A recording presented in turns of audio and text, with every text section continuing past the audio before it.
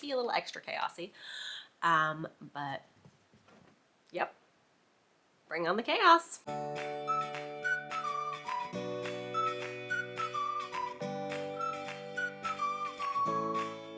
Hey guys, I'm Bella, the Make Mama Boss Lady behind Fiber and Fox, and this is episode 72 of my podcast. It's been a tiny minute, but I'm back, and if this is your first time finding me, I am a crochet designer. I also knit, and I like to share it all with you here. And yeah, there's now a cat. I record at night usually when my kids are in bed, so there's like a baby monitor out in the hallway. The door's open, the cat's coming in. It might be a little extra chaosy. But yep, bring on the chaos. Hello, darling. You're gonna do some headstands for the people? Don't climb that. This is Princess Buttercup. Child-free evenings are her time to shine. We can press on here. I have design content. I have knit content. I have a lot of crochet. I'm not pointing at the cat. I'm pointing at the thing behind the cat. Yes, check it out. It's very nice, isn't it? Rub your black fur all over it. It'll be fine. You're really blowing out the camera here. Should I probably try to just re-record this? Yes, but it's already taken me a month to record this episode. So we're going to just press on and we're going to ignore the tiny cat. Okay, can you lay down? That'd be good if you just sit down. Cat people know. This is how it goes. Okay. You can lay down and stay, or I can banish you. Thoughts? Good choice. Okay. So I was going to tell you what I am wearing. I don't think I have any super important admin, so we're going to kind of just roll into the video. And anything that you're going to need to know about me or anything that I mention, patterns and the like, is going to be linked down below.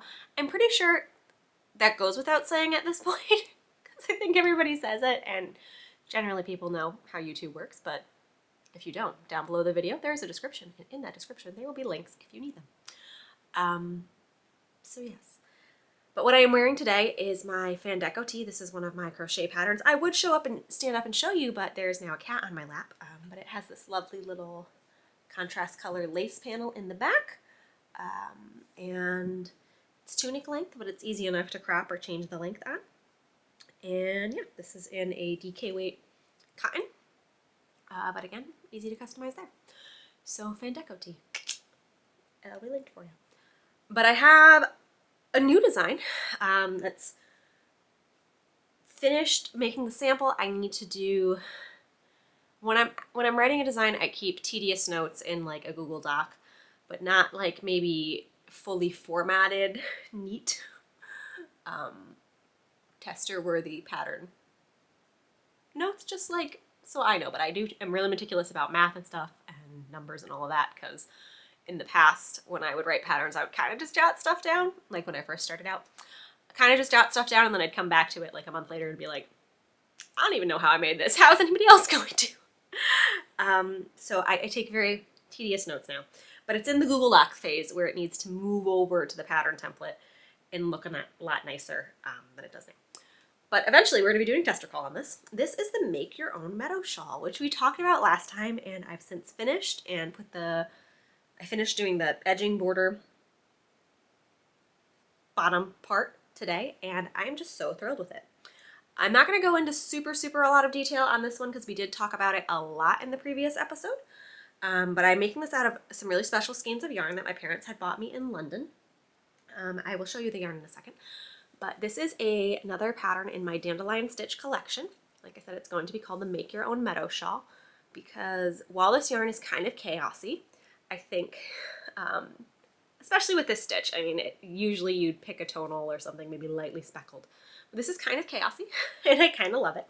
And I think as a whole, it reads like a meadow. You can't so much see the stitch pattern. Can you not dig a nest in the chair? You can't so much see the stitch pattern from a distance anyway, and it kind of just reads as speckly splotchy. But obviously when you're up close, there is some flower detail, and I think that would be said even if it wasn't a tonal or whatever. You're not going to see the fine stitch detail like wrapped around someone's neck afar, I don't think. But I really love how this I'll put in the inspiration photos again, how as a whole this reads as just like a field of wildflowers. So it is a end-to-end, you're going to have to leave, an end-to-end triangle shawl.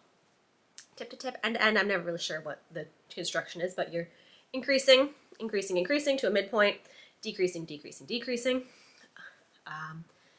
So it's a triangle.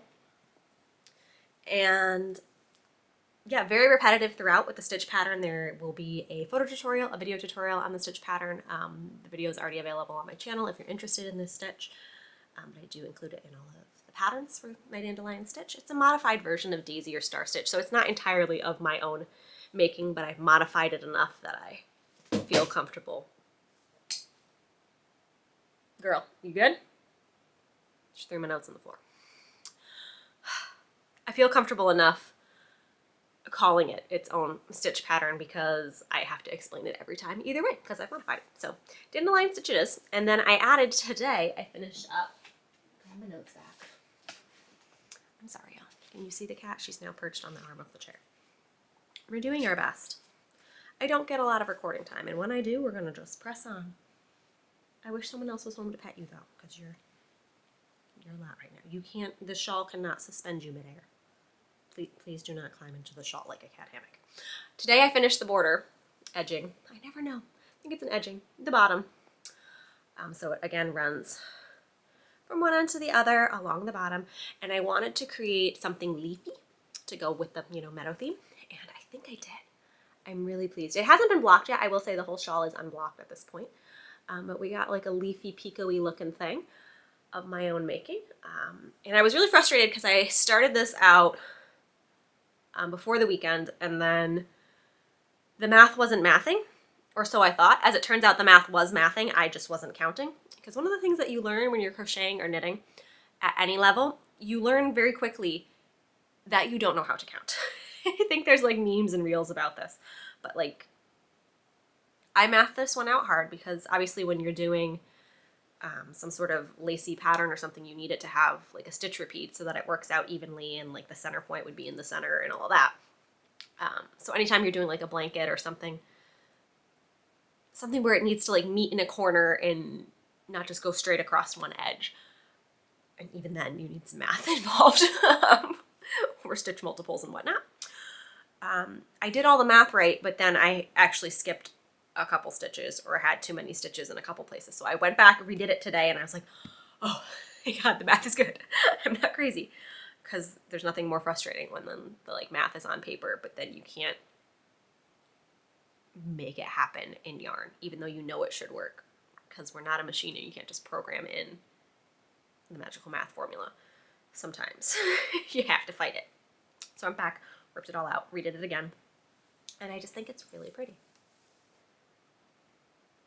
The cat is now purring, if you can hear that. So this is going to be hopefully in testing. I had said in April. It's now the beginning of May, so that's not happening. But I would love to get it in testing this month in May. We'll see. But tester calls I do on Instagram and in my mailing list, both of which are linked below. If you want to be sure to definitely not miss it, get on my mailing list. And I don't have like a separate tester group. It's just the main mailing list right now for anybody that's interested. And I do like a Google Doc form. And we shall see. But I'll need a couple people to test this out and some really pretty meadowy like yarns. And I guess I should show you the yarns now that I am using. We talked about it a lot last time, so we'll keep it minimum. But the main color is this. I had two of these special single ply skeins from Ching Fiber. And it's their Shangri-La base, I think, in the colorway Ember. Maybe it was a color. I'm not sure what the Shangri-La part is. Shangri-La by Ching Fiber. I'm not sure what that all means, but this was from like 6 or so years ago anyway, so I wouldn't imagine that this is still available anywhere. But it is a single ply. We are now eating the stitch markers off the shawl. Can you just stop, honey? I know, I'm supposed to love you at night. That's my job. Love everybody else all day and then love you at night. I had 2 skeins and this is what I have left of the main color. I apologize if you are not here for the cat talk, but I am very much cat people. Oh, and exciting news. my ugly busted nail that I shut in a door back in like November that you've been stuck looking at for months and months now, finally grew out. So you don't have to see my hideous fingernail, and I can finally record some tutorials that I haven't been wanting to record because for some reason I'm opposed to nail polish. It kind of freaks me out. I have like this out-of-body experience when I look at my hands and I'm like, oh, what's going on down there? So yeah, this is a fun episode. Main color, Ember by Ching Fiber. And then I had this one 20-gram mini skein that at a fiber festival, a dyer who wasn't like at the festival, just like a free agent of a dyer roaming around, was handing out samples to people in the bathroom line, which is an interesting marketing scheme. I don't know if that's like really allowed at fiber festivals. Just like random self-promotion, maybe? I don't know. But it was free. And I know nothing of this dyer. Somebody from Maine on the round, from Rockport, Maine. And this mini skein is called Pickle, which is accurate. And I wanted to stick with the single ply scheme, and I wanted to go green, like the little leaves and whatever for the meadow. So I think that all came together very nicely. And I still have, I don't know, probably 8 or so grams left. I was worried about being able to do the edge in just a 20 gram, and it worked out beautifully. So I need to block that and write up the pattern, do the tester call, and it'll be out when it comes out, because that's how the testing works these days. The cat is now laying on my notes, but I know that that's all that I have for design talk, so I guess we'll move into finished objects if I can reclaim my notes from the cat. Finished objects, we had the most boring white socks, which we also talked about last episode. They are incredibly boring, but I plan on using them to do some bundle dyeing, steam dyeing, eco printing type projects this summer. We have a large, I'm more of a vegetable gardener, but I'm slowly turning into, I don't want to say I'm a flower gardener. I come from a long line of flower gardeners who have very much dedicated their lives to flower gardening and selling of flowers and being home to care for them. So I was like, no, I will not be a flower gardener. But when you're growing vegetables, your pollinators need some nice flowers. And also your 5-year-old daughter needs nice flowers. And we also moved into a house that had some flowers, so I kind of just added to the existing flowers when we got here 6 or so years ago. So yeah, I guess I'm technically a flower gardener as well now. But I am very interested in flower gardening for the sake of natural dyes. So I have kind of a dye garden going. So I would like to do some eco printing and flower pounding, stuff that I dabbled in last summer, and I would like to do that again. And I was looking at sourcing some plant fiber or animal fiber white cream colored plain socks to do some bundle dyeing. I'm not going to get very crisp results on these because it's a pretty loose fabric, but I was like, why would I buy socks? I know how to knit socks. So I just took some Patton's Crochet in whatever the undyed looking color is and knit a really boring vanilla sock in a really really boring vanilla color. And yeah, we will see these later in the summer when I have some flowers and roll them up and steam dye them. So I figured I'd update you on those, but they're not exciting enough. And then I have another pair of finished socks. Let me organize myself here. I have another pair of finished socks, but these are for my daughter. She has declared that she would only like shorty socks because it's too hard to know when you should pull the pants under your socks, when you should put the pants over the socks, in order which you put them on in the winter. And she has a bunch of longer knitted socks that we use for playing in the snow, but she doesn't like them when they're lumpy under her leggings, and putting them up over the leggings is also causes, it's a whole thing. So more sensory friendly ankle socks seem to be the way to go. And she recently got some Birkenstocks that she's very proud of. So she wants to have socks in her Birkenstocks like her mama. What have I created? But I made her some shorty socks. This is the first pair of shorty socks I've ever made because I find them vexing. I do want to get some elastic thread to kind of put around the top and I weave in there. I don't know if you're supposed to knit it in or sew it in later. I think it'll be okay if I sew it in later, but I do need to find some elastic thread to add just to make sure that the cuff stays taut.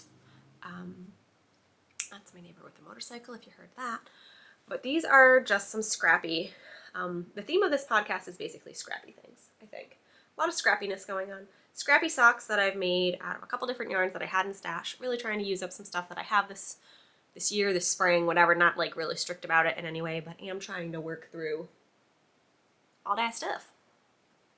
So this main color was, I would have to dig through some notes or something to find what the colorway actually was, but it was a Premier sock yarn that I think my mom bought at the dollar store.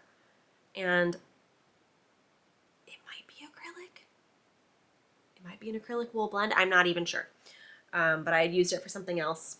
We incorporated it into these socks. I held the Premier double with this nylon thread the whole time, so the main sock was this like self-striping. This one came out weird. It has this random white stripe in it. I didn't line up the stripes at all because I have no idea what the color repeat is. But that one's more pink and green, and this one's like got a random white stripe. I don't know what that's about. But I have no clue what the colorway is or if it was discontinued or why it was at the dollar store. But again, it was just hanging out in my stash. Nylon thread held double the whole way because my daughter is very rough on socks and puts holes in them very fast. So I thought maybe holding with nylon the whole way would help a little, possibly. And then the heels, toes, and cuffs were some other scraps. I think this was a Meg's & Co. And I held it double with a, sorry for the crunchling, as my daughter would say. Crunchling is a great word that we like to use around here. Held it double with an avocado dyed bit that we had dyed at some point. So yeah, those are very unexciting as well, but why are they blowing out so crazily? Some little shorty socks. They're a little bit long, but I was thinking she'd wear them more in the fall, seeing as it's May now. So I made them a little big, and then she can wear them in her Birkenstocks as it cools down. So Operation Make the Shorty Socks, because the long socks are confusing, is underway. And then I have another pair of, we're going to put them in the sock category. I count them in my box of socks.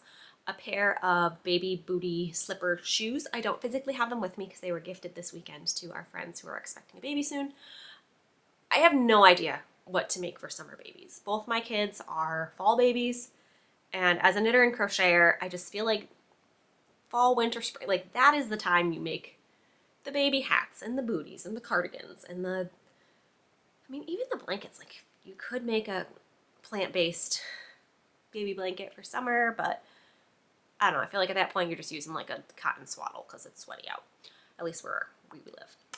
So I was like, I don't know what to make your middle of June maybe. So I made you some booties for the fall winter. So the pattern I followed, I'm gonna have to put it up on the screen because I always refer to them as like the, I think it's like baby house shoe. It might be in German originally. It's a free pattern on a blog, and it's like the second one that comes up in Ravelry when you search baby booties. I've made it a bunch of times. I've kind of messed with the gauge on it a bunch and kind of played around with sizing. These ones I was using 2 yarns held double, which made them a little larger because I think it is a one size newborn pattern. And it's originally in, again, I think German, but the blog has a translate option to English and some other language, I forget which. But it's available in a couple languages, and it's a very basic knit booty. It's all one piece, and you just have to do some simple decreases. And it's easy to mess with the size and the gauge, like I said. So I was holding these 2 yarns, really not sure what this one is. I think it was given to me anytime like someone's moving or clearing out or knows someone who's getting rid of yarn or goes to a tag sale where there is, anytime yarn is in anyone else's life, it ends up coming to me, which is really kind to be thought of. It's not always yarn that I keep. Sometimes I end up donating some of it. I'm sorry, I'm stumbling over my words. It's bedtime. But this was a keep. It's definitely wool content. I don't know. I would say wool acrylic probably, but I have no idea what it is. None of them had ball bands, and I have a couple different colors. But it's like a midnight gray blue. And then I held it double with, this is some sort of Hobby Lobby like lyocell yarn or something. It's really shiny and slippery and kind of a pain to work with, but paired with the wool, is all right. And yeah, I think I went up a needle size from what was called in the pattern. I think I did them on a US 7. And yeah, I'll put in pictures, but they came out really cute. And just to play around with the idea of it, I don't think their baby born in June will be walking by fall winter unless he has a big brother. Maybe he's an overachiever. I don't know. But I played around with the idea of like sticky grippies on the bottom, and I took some fabric paint, which I threw in here, but you probably know what fabric paint is. This is an older bottle, but fabric paint. And I just did some little dots along the bottom of the booty. I don't think that would count for like actual selling of items as far as liability. I'm like, but our friends have wood floors, and I thought maybe that'll help. I've done it for stuff for my kids, and it seems to add enough stick, and it doesn't really peel off the yarn. It seems to adhere pretty well. And again, they're kind of more of a hand wash type item anyway. But fabric paint I think is washable. So yeah, just did some little dots along the bottom in a black, and it blended in pretty well, and you can't really see it. But I think you could mess around with that idea if you wanted to put that on like kids' socks or something, just to slow down the slide a little. Don't hold me to that. But I thought that was a clever idea. So that, I think, is all of my sock-related finished objects. Let's talk about that. So as we can see, I finished the granny square cardigan that I have been working on. I showed you, I think, last time all the squares in a pile. And yeah, it has come together into a really adorable, kind of wonky fitting, but really adorable when you're 5, cardigan. So I didn't follow any pattern for this. I did follow a pattern for the granny squares themselves, which is available on the Annie's Design Crochet. I think it's Annie Design Crochet blog. It's a free pattern for a modified version of an African flower. I really like this one. I think that one's really pretty. And she doesn't give you a pattern for what to do with the granny squares. It's just like, here's a granny square pattern, do what you will. And I made a bunch. I slightly tweaked. I think I have the original. Maybe not. Original size in here. I added a little bit of size to mine. Did my son run off with the granny square? Hold on. Please pause. Please hold. Yep, that granny square is somewhere up in my bedroom. The baby absconded with it.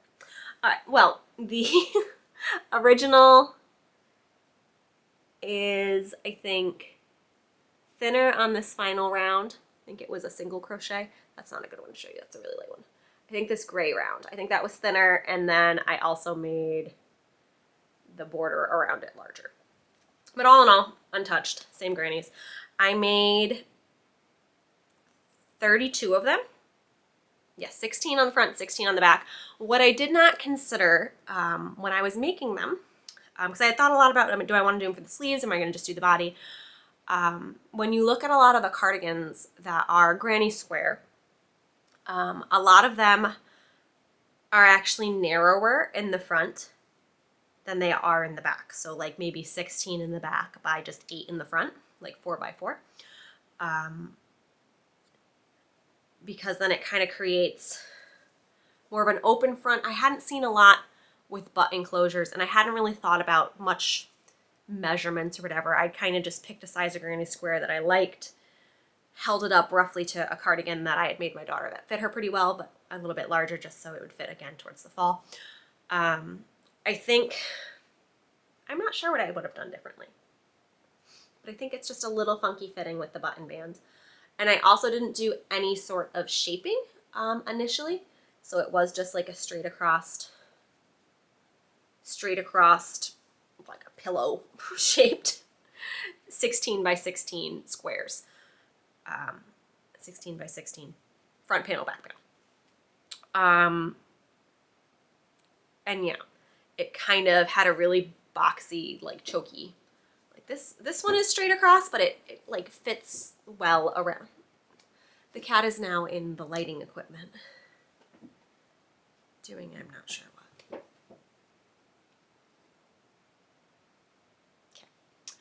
Okay. Really tight, choky kind of square neckline. So I ended up, this is so hacky. I ended up going back and doing some sort of a crochet short row situation that I added a panel later into the back, just to kind of bring the neckline up in the back and down in the front. But I made it too tall. I don't know if you can see. I actually then had to like seam it shorter because I was not doing any math on this. I just kept holding it up to cardigans, having my daughter try it on, and that was the amount of effort I was putting in. So this is not a pattern that I'm reproducing for anybody, but it's really cute on her. So I added this funky short row type thing in the back. I have a really hard time with short rows, like figuring out, like I understand short rows, but the mathematical of how big do I need to make the short row, that's not how short rows go at all. Mathematically, how big do I need to make it so that it's the proper amount of lift and height and curvature and all of that? Always kind of baffles me, so I just kind of wing it every time. But yes, that seemed to resolve the neck choking issues. And I think the only other regret that I have is maybe the yarn combo. The flowers themselves are all plant-based yarns, and I couldn't quite find a plant-based yarn that I liked for the main body. So the white creamish color is acrylic. And I just feel like the drape, like the flowers kind of want to hang more than the acrylic. I gave it a good steaming, and it's, again, on a 5-year-old, it works. And I was using all scrappy stash stuff, so I think it worked out fine. I don't know if you can tell on camera, but the main body versus the sleeves are two different dye lots. They're both Hobby Lobby Soft and Sleek DK in the color ivory. And I would say one is more of a true white. The body is more of a true white. And the sleeve, it's not really showing up on camera as far as I can see on the screen. The sleeve is more of an antique white ivory, and then the body is more of a white. But I think it ended up okay. Again, 5-year-olds are moving so fast you can't tell. And I held both colors double to do the, it's really hard to show white, to do the button bands. And as you can tell, I knit the button bands and the cuffs and the collar, and then the rest is crochet. I think our favorite detail, both of us really love this sleeve, little rainbow bit. It reminds me of a hacky sack, which my husband was like, do you have fond memories of hacky sacks? And I was like, I don't know, I'm a 90s kid. He's like, were you good at hacky sack? No, not at all. I have no hand-eye coordination. Or hand-foot, like, I guess that's foot. I have hand-foot coordination. I danced for most of my life. But, yeah, I don't know how to do hacky sack. Is that even the proper terminology? Play hacky sack? I don't know how to hacky sack. Does anyone even watching this know what a hacky sack is? Insert hacky sack. But yeah, that's what it reminds me of. I find it really delightful as a 90s child, but never actually did anything with a hacky sack. So this is just a really happy cardigan. And the buttons, I guess I could show you up close. These were in stash too. So we just did a proper stash bust with this and used up quite a bit of yarn. And some of these are really sentimental. This purple and this light yellow are from her baby blanket. The light yellow shows up kind of white, but it is the lightest color in there. And some were from designs and some are just randoms. But she really likes the color palette and it's really cute on her. And we put it on Sunday morning for church. And I was like, I have to get some pictures of this because once I let you out of the house, who even knows what's going to happen. On the way to church, we sometimes stop at a little breakfast coffee shop.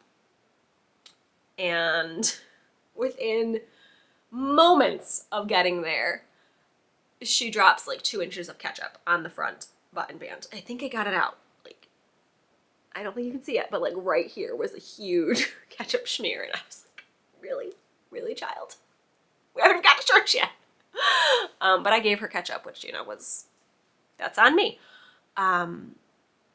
Yes, her brother was also wearing a white shirt, ran his arm through the ketchup. Maybe I should stop stopping for ketchup before church. Yes, but it came out. So that's, I guess, the perk of the acrylic yarn. It's very washable. So that is, I don't even have a name for this. My happy granny square daughter cardigan situation. And it fits her big enough that it'll fit for a while. I made it nice and long. And it should fit her well into the fall, winter, beyond. And maybe it's not the most practical piece, but it's just cute. And she has like rainbow leggings that exactly match it, and it's adorable, and I love it. And there's I was going to say there's only a certain time in your life where you could wear a rainbow granny square cardigan, but I guess you could do it anytime, and they seem to be pretty on trend, so I guess go ahead and make yourself one. But she's definitely rocking it, and without the ketchup on it, it looks a lot better. So I'm very proud of that. I kind of want to make some sort of a version, maybe not that particular one, for myself, but in like a solid color. Yeah, I feel like as a crocheter, I need to get on that granny square trend. That's where I started out as a crocheter, and it all just feels very full circle. So maybe I'll make myself something a little more sophisticated. Maybe not. Maybe it'll be just as rainbow. But yeah, I have some different thoughts on how I would do shaping now. I would probably, these two up at the neck, I would probably make half granny, so it'd be more of a V-neck maybe, and not have to deal with the short rows and that weird square neckline. But all in all, I'm very happy with that. I think it's very cute, and I'd be curious to know if you've jumped on the granny square cardigan flower train, as they seem very popular. And I'm seeing a lot of crochet, actually. It bothers me when I see crochet in the mainstream in stores and stuff, because you know that crochet is generally, true crochet cannot be machine replicated, so it's being made by hands that aren't being paid well. So that bugs me, but it has been exciting to see crochet showing up in more of a mainstream fashion sense. So I'm going to hand make my crochet, and people won't be jealous. So that's cool. I think that's it on the finished objects. Correct. As of today, I have exactly one whip, which I actually started today. So I had like nothing on my hooks or my needles until this is the most basic of basic whips. But I still had a bunch of the yarn scraps left from the cardigan, so I figured I'd make my daughter a little purse. She likes to bring a purse sometimes to church and whatnot to, you know, put her lip gloss in and whatnot, as 5-year-olds do. So I was going to make her a little, right now it looks like a giant marled swatch, but I'm just holding a bunch of the yarns together, and I'm going to seam it up like so, make a little side panel, make a little over the flap and button situation, strap, little tiny, cute, lip gloss holding, snack holding, memory verse holding purse. So yeah, I'm just marling the colors together, and I mean, it'll kind of go with the cardigan, but it'll also just go with most of her wardrobe. And I think I'm going to do the sides with, I've been holding the purple, or the pink, blue, and white together the whole time, and then I held it with the purple, with the gray, with the yellow, or the light yellow. I think I'm going to do the bright green for the sides, and maybe the yellow for the front flap.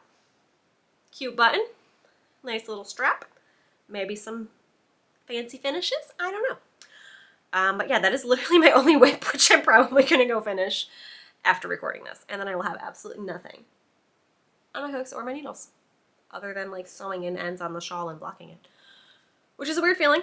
I've kind of been in, I wouldn't say a rut, because I have all of the inspiration. It's just the whether or not I have the time to do the tedious bits of like casting on and swatching and really like starting a pattern. I want all of my projects right now to be in the, okay, we know how to do it, go, whether it be just plain stockinette or like something repetitive like the shawl,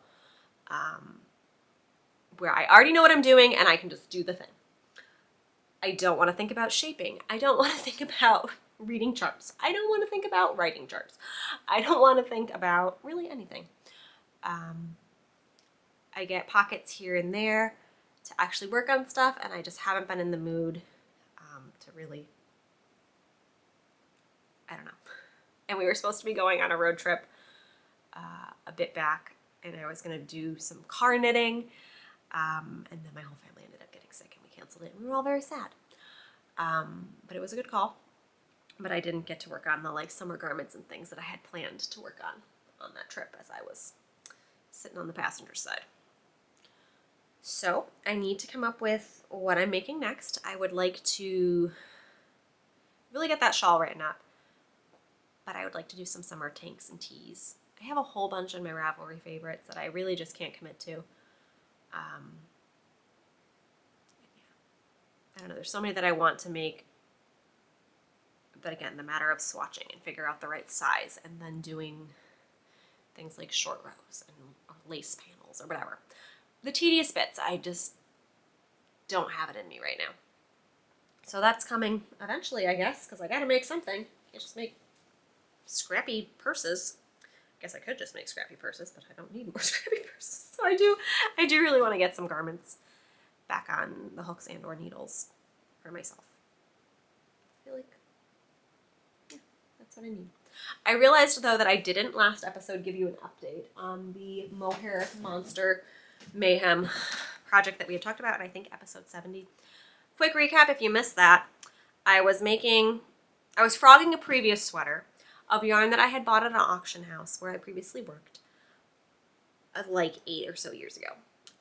The original sweater I was winging it on pattern, and it was super ill-fitting and terrible, because I knew nothing about patterns or shaping at the point that I cast it on. It was knit, I frogged it. I was like, it's okay, I'm gonna fix it. We're gonna follow a pattern from the Knitting for Olive book. It was a basic raglan. It was great. I think it was a DK weight. I was kind of messing with the gauge. I was kind of working with something that was sport DK, and I thought I was holding lace with it, but as it turns out, the mohair that I have is like a weird unicorn of a mohair, and it's like sport. It's listed as DK weight, but I'd say it's probably more of like a sport fingering weight, but it's some chonky mohair. So I thought I had enough in the sweater quantity, and I did not. I was working this up, and I was liking how it was going, but it was painful at the gauge I was working, and I don't have enough mohair. And it was something that I had bought on sale, can't get more of, possibly discontinued or really hard to come by. So I have this sweater, and I have every intention of frogging it, because it was really, really hurting my wrist to work at this gauge. It was pretty, but yeah. So I really needed to frog it out. So I think I'm going to chuck it in the freezer, and I need like my mom or sister to hold one of the balls while I do the other one, because frogging mohair that you've been holding double is a pain. So that was supposed to be a stash bust project,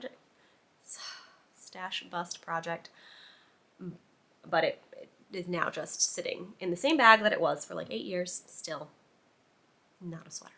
So that's frustrating. Frogging it out is frustrating, but I also still want the yarn, so gotta make it happen, I guess.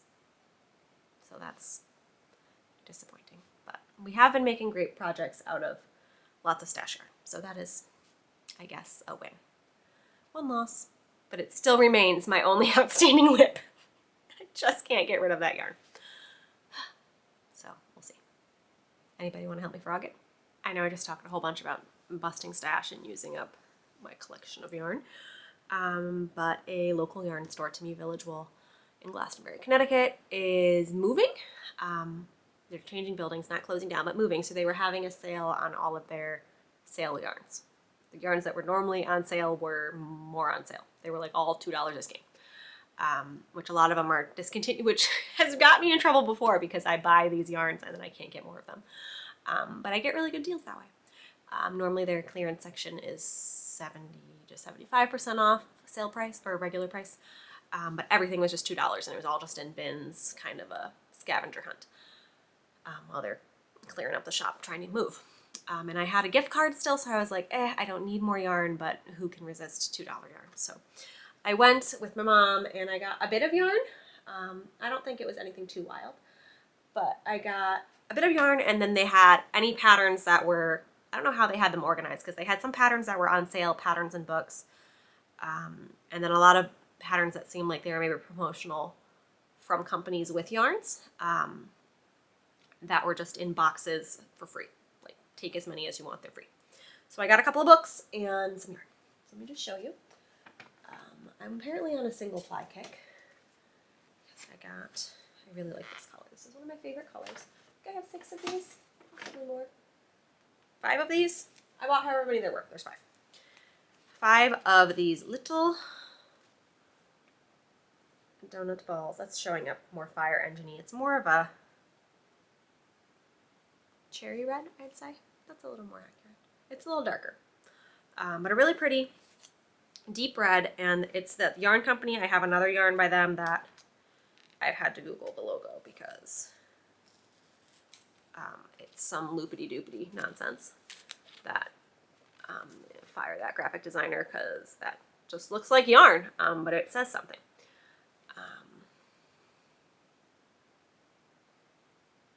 Nope, I don't remember at all what it is, so I'm not going to try to tell you.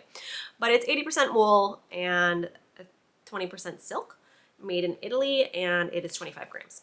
So I have 125 grams here, so enough for a shawl type project. And I might seek out a mohair or something to hold with it. But it is, how many yards are you? That one's ripped. I hate when you can't see the information for the yarn because it's like buried inside the inside of this little donut. 25 grams and 150 meters. So yeah, a fingering weight. And it's definitely going to be pilly. But I think for a shawl or like a cowl or something, I might use it for a design because 125 grams is enough to do a little shawlette or something cowly, and it's very soft. And I like the silk content, but I still think it's going to pill quite a bit, being a single ply. And a new wool, which I'm not sure, it's merino. Is new wool like baby wool? I'm not sure what new wool is, but it's very soft. So I have 5 of those for undetermined project, but for $10, and they were originally $10 each. I feel like that's pretty all right. I wouldn't have paid $10 for a 25 gram of this, but for $2, I was in. And then I also got, these are a wild card. I don't know about these. I have 4 of these 50 gram. I don't even know what to call this shape. The ones that come on the cardboard tube. Yeah, I don't know.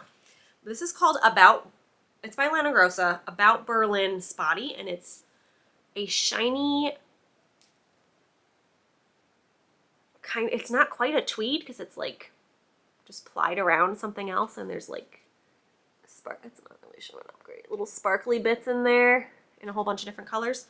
But this is a 55% cotton, 26% polyamide, and 19% polyester. 50 grams, 125 meters. So that puts you at, what are you? More of like a sport. A little on the thicker side. But it's very interesting. I'm trying to show you there you kind of see the color bits in it. I got this with my daughter in mind. I was looking at another quantity in a red and white with like gold in it that I really like the color of, but I don't know that I like polyamide polyester content. At least not in the majority. I guess the cotton is still the majority, but barely. 55% cotton, and then the rest being the synthetic-y type stuff. It's very shiny. It looks like it would be stretchy, but it's not springy. It's just like tightly coiled so that it has like little thicky thin nip bits. But my daughter really likes this color blue, and she definitely likes all the little pastel-y flecks that are in there, so I thought 200 grams, I'd make her some kind of little lacy cardigan something. And without telling her that it was for her, she was like, oh, can you make me something with that? So she was excited about it. These were $12 each originally. Again, would not pay that. But for $2, $2 each, I could do that. And I had a gift card, so the lady at the cashier told me it was free. So, yarn back. But I didn't pay for the gift card, so I guess technically it's free for me. And then I got these, which are another kind of wild pick. This somewhere had a skein thing on it. Originally $15 and hand-dyed for Trendsetter Yarns. Autumn Wind hand-dyed lotus yarns. Trendsetter yarns? I don't know. A lot of information there to digest. I'm not familiar with any of that.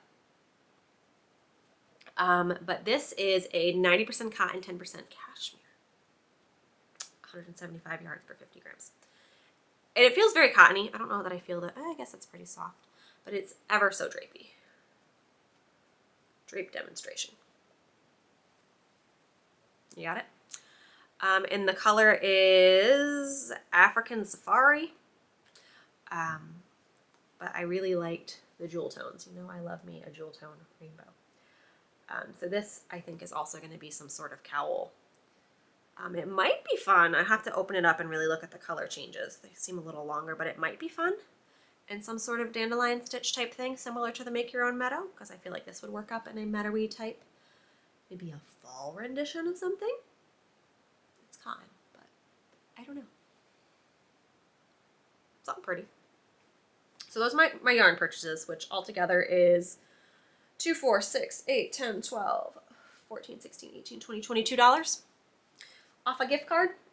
So that's not too bad for about 100, 200, 300, 400, 500 or so grams of yarn. Not so bad. Definitely all kind of wilder yarns. A lot of the sale yarns tend to be the more, I don't know, they don't have like sweater quantities of like a real basic yarn. They're always kind of funky, unusual ones, but still fun to play with, and I've gotten a lot of my yarns for designs and whatnot there in the clearance. So I do like shopping that, and their sales are pretty good. So they're just moving to another spot in the same town, another area of the town. So hopefully the new shop will be just as lovely, maybe bigger. They could use more space. It's pretty tight in there. And yeah, maybe I'll check it out. I do have a tour of Village Wool on my channel, as well as a bunch of other New England yarn shops if you want to check that out. But yeah, they're moving to a new spot, so I was glad to snag some things before they did. Patterns. Let's talk about the patterns. So I grabbed, yeah, these all seem like promotional. I don't know if they were originally, I guess they would have been sold because they're like actual books. Pretty thick paper. But this is a Rowan booklet for their Mako cotton line, which I have no idea what that is, but 8 hand knit designs from Quail Studio. Again, don't know what that is either. Apparently Mako cotton. I don't know if that's still available, but this is written for those. And it had, there's something in here that I thought, I think that's pretty cute. I don't love a high maintenance undergarment type situation, but that's a cute slouchy looking something. This tank, again, kind of a specific undergarment situation. Not too bad. It's a garter stitch. No, it's like seed stitch. Kind of cute. And there was something in here. It always amuses me when knitters try to do like crochet like mesh. I don't know if it's still trendy, but I feel like that was pretty trendy last year or so. People were making all sorts of mesh tops. I don't know if that's my style. Oh, this wrap one. I thought that was pretty cute. This ballerina cardigan, which I don't know if it's my style, but thought that was pretty cute. And again, for free. I figured I'd mess around and just see. Then I got Classic Elite Yarns White Birch. I don't know. Those are the patterns included in there. I don't think I like the idea of this textural sleeve on this Henley thing, but I do like this Henley sweater. And I might make that for myself, because it has very like cabled looking ribbed. Yeah, those are cables. Cabled sleeves, I don't like that. Maybe just as a plain stripe, but I think I actually just like it as the Henley itself. Button front Henley. I think that was cute. Yeah, the other things in there are kind of, I feel like sometimes pattern books are like, really like, do people wear this? Like, it's like a tank top shawl. What is the application of that? That just seems a little fashion, you know? Or this, I'm wearing a full-length dress fringe shawl. I don't know, but the Henley seemed practical. And then we have Artistic Differences by Talitha Kumi in collaboration with Classic Elite Yarns. These ones are definitely a little more out there. They all kind of have a I'm a knit rock star kind of thing going on. But there was something in here that I thought was worth peeping at. I don't remember what it was. Good old fingerless minute. That's always good to have. So I don't know. I may de-stash these, but these ones were definitely, I don't know. Things always look like fun in the books, but in reality, you're like, nobody does this. What is that? I mean, maybe somebody does, but I don't. I don't remember what in here I found intriguing. I don't honestly know why this came home with me. I liked this lace pattern, maybe. Maybe not as a sweater, but the lace. I don't know, it was free. And then lastly, I have Classic Elite Yarns Pirouette, which I think was just a mohair type pattern booklet, which had this pretty one on the front, which I kind of liked the idea of. Cat's back, and those in the back. So grab those for free. Why not? We're going to wrap up. The camera's threatening to overheat. The cat is back causing chaos, and it's been long enough. So thank you for hanging out with me. I'm sorry I get a little frazzled maybe when recording. I don't know. There just hasn't been a lot of time to record lately, and when I do sit down, my brain is like, tell them all the things. And it just feels like a little bit a lot sometimes. But I'm glad to sit down with you, and I'm glad if you've sat down with me. That's really awesome. Thank you for hanging out with me. Can you please? You're not going to climb into that paper bag of yarn. It's going to be ridiculous. If you had all liked this, if you all enjoyed this content, you can like the video. That does really help. My channel's all over the place as far as the algorithm at this point because my uploads have been so sporadic. But this Maker Mama Boss Lady thing is something I do on the side, and I love having it as a supplemental income, be it my patterns or the YouTube channel.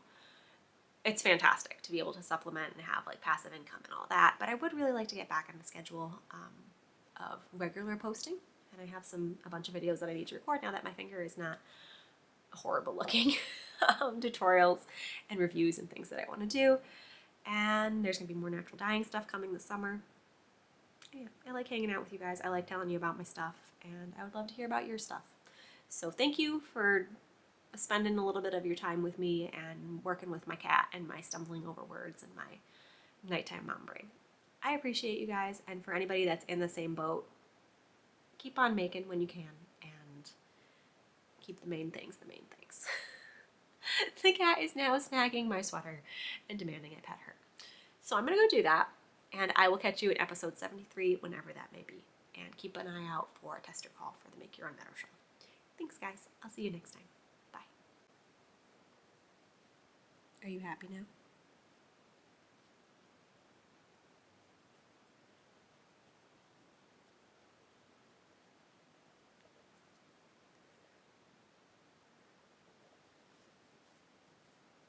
Y'all like my fox pajamas?